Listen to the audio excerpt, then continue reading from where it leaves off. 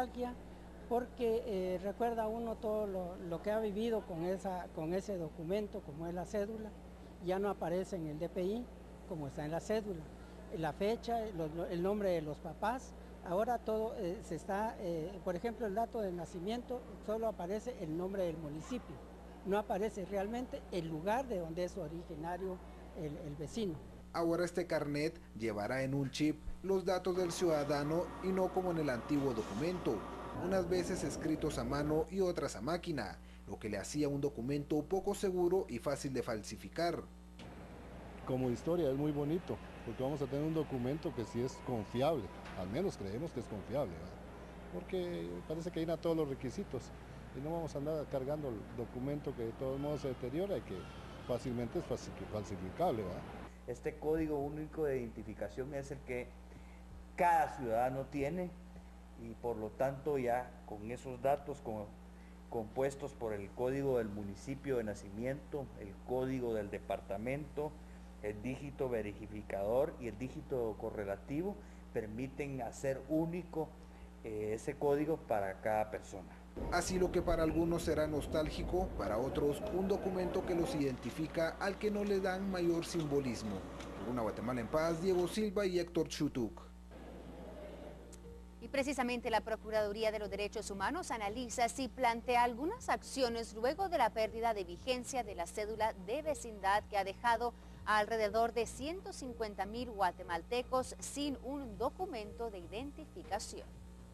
Por este grupo de guatemaltecos que van a ser violentados en sus derechos, estamos analizando interponer una acción de amparo, porque la acción de amparo es la que protege las violaciones o las amenazas de violaciones a los derechos humanos. La norma general o lo que se ha dado a conocer es que la cédula ya perdió vigencia. Sin embargo, esta resolución de la CC dice que aquellos que no la han obtenido por razones imputables al Estado, siempre va a seguir siendo reconocida la cédula de vecindad como documento. Esto preocupa porque, reitero, ojalá que yo me equivoque, pero esto se va a volver un desorden. Servirá como soporte de identificación para aquel o aquella guatemalteca que aún no tiene físicamente su DPI. La constancia acompañada de su cédula de vecindad, que le permita o que le ampare para poder realizar algún trámite que por necesidad requiera del documento de identificación. Prácticamente estarían en el proceso de obtención de su documento, pero son casos particulares que tienen problemas en sus registros. ¿Y ellos pueden utilizar su? Exactamente, podrían optar a eso. 6 de la mañana, 4 minutos, más adelante más información de lo que sucede en Guatemala. Claro, pero tenemos que ver qué ocurre en el mundo y hablamos de un accidente ferroviario en México que, bueno, deja a varias personas fallecidas. Veamos. Esto ocurría, como dijimos, en México y aquí vamos a ver las imágenes de este tren que se descarriló ayer. Se llama el tren y le denominan La Bestia y es este famoso tren donde personas que están emigrando de diversos países centroamericanos, personas que van rumbo hacia Estados Unidos, abordan este tren para llegar hasta su destino. Es una de las partes que tienen que atravesar en este recorrido por el sueño americano, el llamado sueño americano. Bueno, este tren se descarriló y provoca escenas de pánico en México y al menos 5 personas fallecieron y 35 quedaron heridas al descarrilar un tren de carga en Tabasco, a bordo del cual viajarían inmigrantes indocumentados. Esto fue lo que informaron las autoridades mexicanas. El gobierno de Tabasco informó que los fallecidos eran de nacionalidad hondureña. De acuerdo con la información recabada, también cuentan con nombres de algunas víctimas, pero no pueden ser identificados antes de darse a conocer.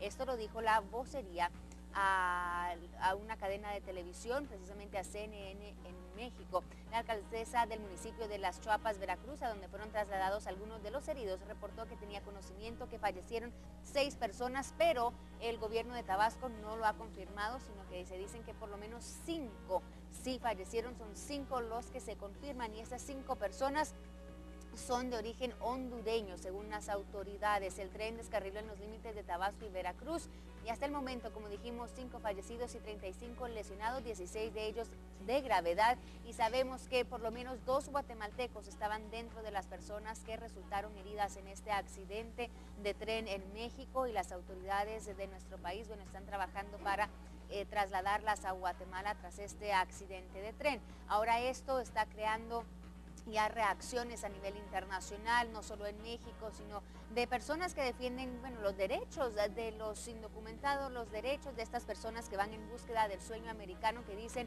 tiene que haber más protección para estas personas. Es una realidad que atraviesan estas situaciones y por lo tanto debería haber más protección para ellos. Nosotros vamos a estarle dando seguimiento a esta noticia que ha impactado a México y también toda Centroamérica, porque iban varias personas de esta región a bordo de este tren denominado La Bestia. Y nosotros también le damos seguimiento a lo que está ocurriendo con las personas, con los guatemaltecos que se dice también resultaron heridos durante este accidente. Vamos con más información del mundo y pasamos con Alejandra. Eso será enseguida, María René, muchísimas gracias. Mientras tanto tenemos que hacer un paréntesis, pues hablamos del deporte. Se realizó la cuarta jornada del torneo Apertura y los cremas siguen invictos con puntuación perfecta. Lo repasamos a continuación.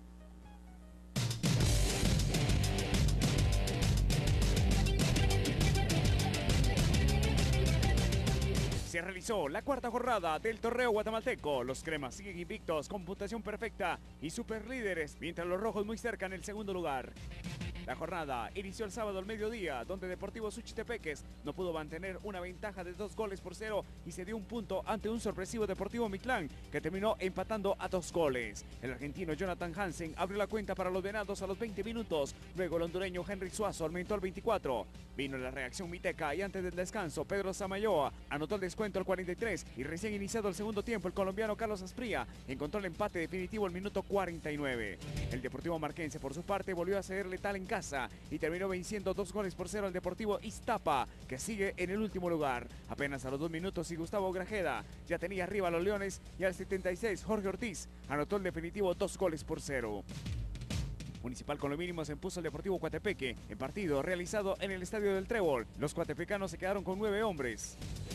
El argentino Lucas Consistri anotó el único gol del encuentro al minuto 75. Mientras el campeón Comunicaciones se impuso con un categórico 3-1 en su visita a la cancha de la Universidad de San Carlos. Carlos Mejía abrió la cuenta para los blancos en el cierre del primer tiempo. Luego Erwin Aguilar empató al 53. Brian Ordóñez puso el 2-0 al minuto 67 y sobre el final del encuentro el uruguayo Carlos Ramírez encontró el tercero, con lo cual Comunicaciones es el único equipo de la liga que ha obtenido el 100% de los puntos disputados. Xenajúmara Camposeco se sacudió un poco la presión luego de vencer con lo mínimo a los halcones. La única anotación del encuentro llegó a los 15 minutos por intermedio del mexicano Ulises Mendívil.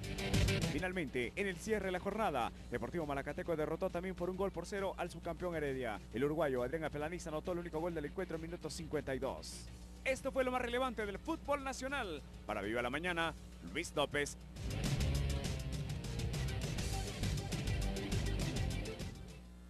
Vamos a noticias internacionales aquí en Viva la Mañana. De momento les puedo comentar que 3 palestinos murieron y decenas resultaron heridos en un campo de refugiados en Cisjordania hoy lunes 26 de agosto durante una incursión de madrugada por las tropas israelíes para detener a presuntos militares, y que eso fue revelado por fuentes médicas a agencias de noticias internacionales. Según testigos, jeeps blindados israelíes entraron en el campamento de Calandilla alrededor de las 3 de la mañana, hora local, y fueron recibidos a pedradas por los residentes locales. Las fuerzas israelíes respondieron con disparos y abandonaron el campamento antes del amanecer. Los enfrentamientos, según un portavoz de la policía israelí, comenzaron cuando la policía de fronteras, que lleva a cabo una redada de arresto, se enfrentó a palestinos que lanzaron bombas incendiarias y piedras a ellos. El incidente está siendo investigado.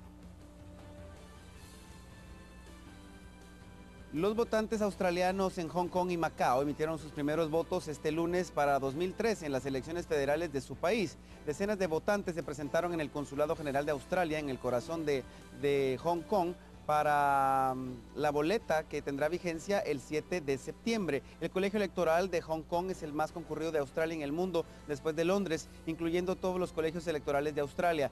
Esta región en Hong Kong y región de Macao tiene la segunda mayor agrupación de electores australianos fuera de Australia. Se espera alrededor de 10,000 votantes en Hong Kong para que emitan su sufragio durante las 2 próximas semanas.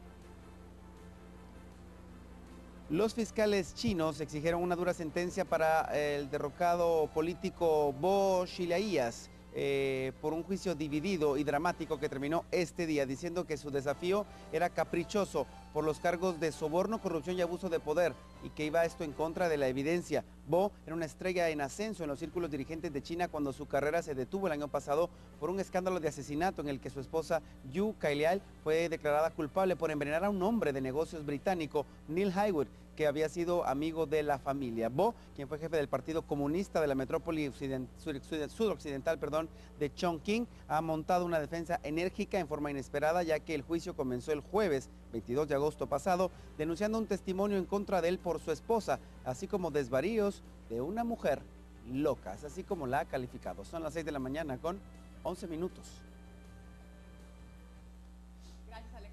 Tenemos prensa libre en nuestra mesa de trabajo, como usted la puede observar. Exacto. Y rápidamente repasamos los titulares. Derrumbes ponen en riesgo 9 rutas. Unos 1.500 kilómetros son proclives a inundaciones y deslaves. Carretera interamericana es la más peligrosa. Bueno, y también una noticia que estábamos comentando. Mueren 6 en accidente de tren. Se descarrila en Tabasco y entre heridos hay 2 guatemaltecos. Vemos allí la fotografía central. La ciudad de ayer estuvo de fiesta. Keniano domina los 21K de la ciudad. George Towell cruza primero la meta y se impone en la carrera capitalina. El mejor guatemalteco, Luis Carlos Rivero, se queda en el 5º puesto. Bueno, y vamos a ver qué más nos trae entonces Prensa Libre. Actualidad, jefe de la PNC amenaza a 2 periodistas. José de la Cruz ordena a esposar a víctimas por cubrir hecho en San Marcos. Vámonos al interior de Prensa Libre, tenemos algunas otras noticias que repasar. Empecemos con la primera. Insibume teme invierno más fuerte, inminente peligro en nuevo tramo. Derrumbes, deslaves e inundaciones son los riesgos. Ahí vemos las principales carreteras del país y lo que pudieran estar sufriendo. Y seguimos viendo qué más nos trae Prensa Libre. Damos vuelta de página a ver en lo nacional.